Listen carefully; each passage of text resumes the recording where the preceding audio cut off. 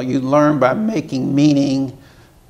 We would argue now we can make meaning in text, and now the text can be a variety of different digital text. They can be audio, they can be visual, they can be standard written text, and that's what the digital mediation allows us, the expansion of the kinds of text that meaning can be made in and through. One of the things we're trying to do is provide more activity in the process of learning. So as soon as you are required to or facilitated in constructing something that's a representation of or a product of your learning, two things happen. First, the physicality of connecting something that you're doing manually and physically with what's going on cognitively happens.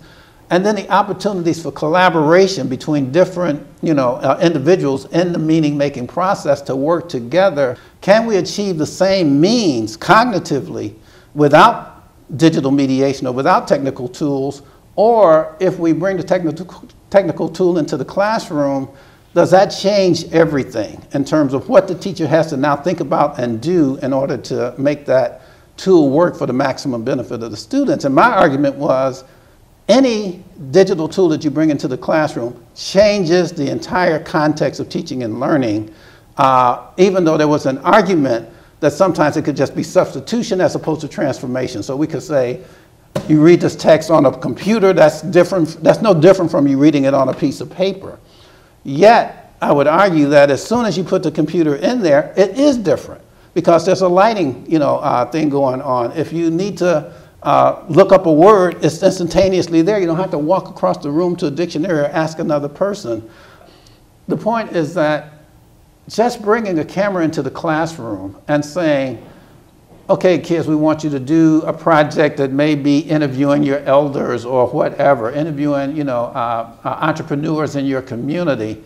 One, there are not going to be enough cameras for everybody to have an individual camera. So you're forcing a collaboration on the part of students, and that forces them to have to think and engage each other around the most significant aspects of the learning. What questions are we going to ask? Why are these questions important? And so this hashing it out with other people, which is exactly replicating what goes on in the workplace in many workplaces, right? When we're talking about higher level workplaces, people are always dependent on other people to get the final product done. It's never like just your signature on it and you are the great creator of this, whatever this is.